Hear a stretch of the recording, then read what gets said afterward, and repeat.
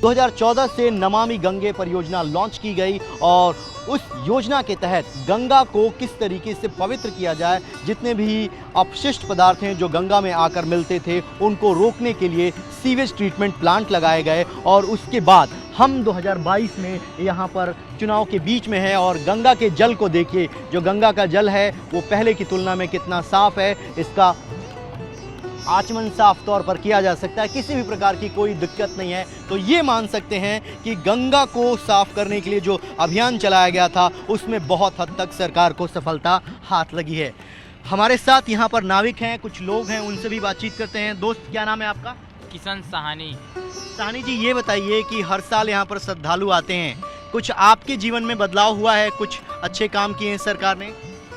आपके समय में बहुत अच्छा काम हो रहा है, यहाँ पे कॉरिडोर वगैरह बन रहा है, पूरी घाट अच्छा रंगा रहा है, लेकिन सब कुछ अच्छे हो रहा है, बहुत बढ़िया हो रहा है सब। आपकी कमाई में कोई वृद्धि हुई, श्रद्धालु ज़्यादा आ रहे हैं? मोदी जी जब आए यहाँ पे कमाई और बढ़ गई, हाँ।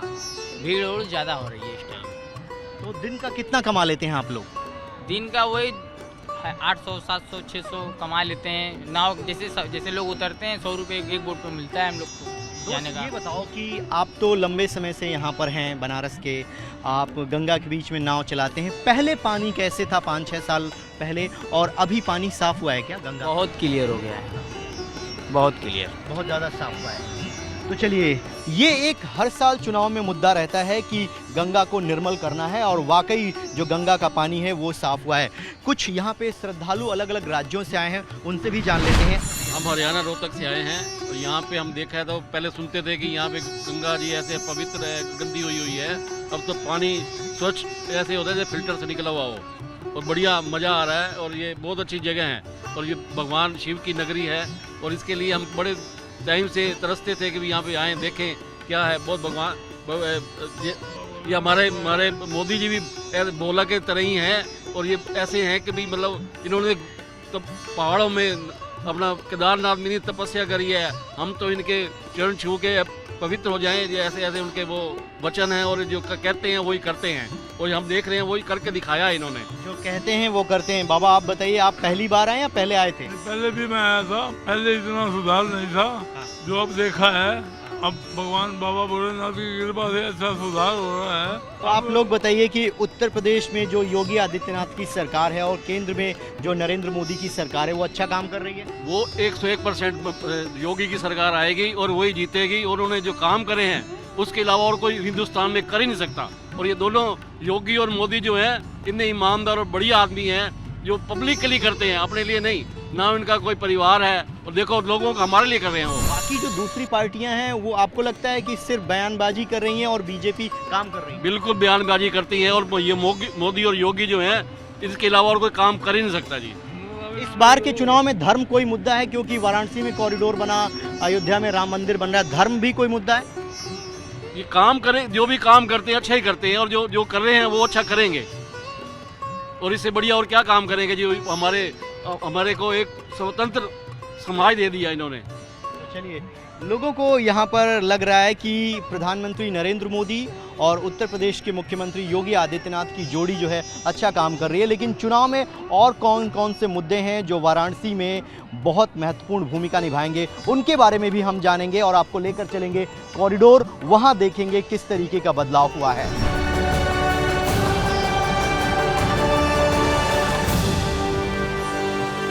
इतना कुछ बदला है बनारस, क्या आप लोग महसूस करते हैं? मेरा नाम पंडित हरेंद्र उपाध्याय है।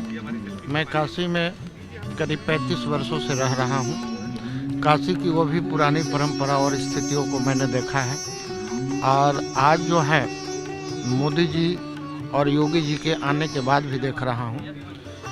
हमारे शास्त्रों में जो कहा गया था कि Varanasi is not situated on the earth, Varanasi is situated on the Trident of Lord Shiva. काश का अर्थ होता है आकाश।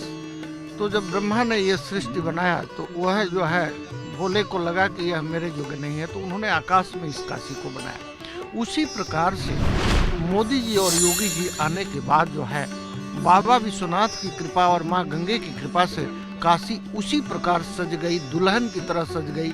जो अंतरिक्ष में, जो आकाश में स्वर्ग लोक की कामना की जाती है और कहा जाता है, उसी प्रकार से जो है आज के परिप्रेक्ष्य में मैं काशी को देख रहा हूँ। पूरे देश की मीडिया आएगी, यहाँ पर इलेक्शन भी है, लेकिन मैं ये सिर्फ जानना चाहता हूँ कि वाराणसी जिसका अपना एक गौरव रहा है, इतिहास रहा है, आप लोगों को लगता है कि जो मौजूदा सरकार है उसने इसके वैभव को और ज़्यादा अच्छा बनाने में काम किया है? कैसे देखते हैं आप काम को? कोई दो राय नहीं है कि मोदी जी के कार्यकाल में इस शहर ने विशेषता पाई है और इसको और तरह से इसका बहुत अच्छा सा पुनरुत्थान हो रहा है, न केवल सांस्कृतिक और धार्मिक लिहाज से बल्कि एंटरप्रेन्योरशिप बिजनेस के लिहाज से भी बहुत अच्छा डेवलप हो रहा है। शहर में बहुत ही नए उद्योग अपने आप ही अच्छे बन रहे हैं और बहुत सुंदरता भी बढ़ी है, तो इसका मान सम्मान सभी बहुत अच्छा से बढ़ाया है इस गवर्नमेंट ने, खास करके यूपी वाले में योगी जी ने भी और बहुत अच्छा किया है। और प्रेरणा तो स्रोत मोदी जी की सरकार ही है, मोदी जी अपने आप में रहे, इसमें दो राय नहीं है कि इतना योग्य पुरुष मोदी जी जैसा हमारे देश में अद्भुत नेता हैं। वो केवल देश के ही नहीं, आज की तारीख में तो अंतर्राष्ट्रीय लेवल पे भी उनके बराबर का दूसरा कोई नेता है ही नहीं।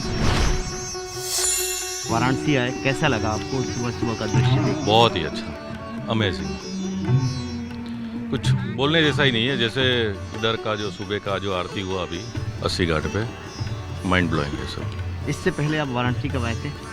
इससे पहले मैं 6 साल पहले आया था सर। 6 साल बाद आप आए, वाराणसी में क्या कुछ बदलाव आप देख रहे हैं? बदलाव मतलब 10 से सब नसीब 90% हो गया, 10% से 90% हो गया, बहुत बदलाव हो गया। जो गली चढ़ते उस मतलब रोड हो गए, पूरा क्लीन हो गया, चल रहा है, लेकिन अभी थोड़ा वो और अच्छा बनाने की ज़रूरत है, लेकिन सही है, बहुत अच्छा हो गया। आप लोगों को लगता है 2022 में विधानसभा के चुनाव में इस बार यहाँ की जनता, क्योंकि अपोजिशन की जो पार्टियाँ हैं वो कह रही हैं कि योगी और मोदी की जो जोड़ी है वो सिर्फ हिंदू की बात करती है, धर्म की बात करती है, हिंदुत्व को प्रमोट करते हैं, वो मुद्दा रहेगा या विकास जो हुआ है उसके आधार पर जनता वोट करेगी? नहीं, मुद्दा तो पब्लिक सब जगह पे करेगी, अलग अलग करेगी, विकास पे भी करेगी, हिंदू मुसलमान पे भी करेगी, लेकिन ज़्यादातर मुसलमान भी चाहते हैं कि मोदी जी आए। ऐसा भी नहीं है कि मोदी जी के विरुद्ध है, विकास पे तो मोदी जी ने बहुत किया है, सब अच्छा किया है। मैं तो फर्स्ट बार आया हूँ यहाँ पे, पहली बार आया? पहली बार आया। बहुत अच्छा, जब मैंने सुना कि मोदी जी ने ये सब यहाँ पे किया है, बदलाव किया है, तो हमने सोचा चलो एक बार जाके देख लेते हैं। तो काफ़ी बदलाव लगा। पब्लिक बोल रही थी कि यहाँ पे जाना मतलब झुक के जाना पड़ता है ना, वह सब सीन है। तो फिर देखा, आके देखा तो बहुत अच्छा लगा। तो इस बार के विधानसभा चुनाव में अगर बनारस की बात करें तो क्या लगता है, क्या फैक्टर होगा, क्या मुद्दा होगा जिस पर चुनाव लड़ा जाएगा? आज से अगर 5 साल पहले आप आए होंगे बनारस में और अभी आए तो आपको कुछ तो फर्क दिख रहा होगा, और जो फर्क किसके कारण दिख रहा है वो भी बोलने का नहीं है, दिख रहा है आपको, तो बताने की जरूरत ही नहीं है। नहीं, आप खुल के बोलिए, बता। भाजपा यानी जो मोदी और योगी की जोड़ी है उसने काम किया है, वाराणसी में दिख रहा है आप लोग? बहुत बहुत। आप अभी सो के उठ रहे होंगे, और कितनी बार ऐसा हुआ है कि अभी योगी जी इंस्पेक्शन करके चले गए, क्या काम चल रहा है, नहीं चल रहा। तो ऐसा एक्टिव और कर्मठ मुख्यमंत्री पहले तो हम लोगों ने अपने इसमें नहीं देखा। मैं भी 90s का हूँ, अब भी 90s के होंगे, तो अभी तक हमने ऐसा नहीं देखा कहीं भी।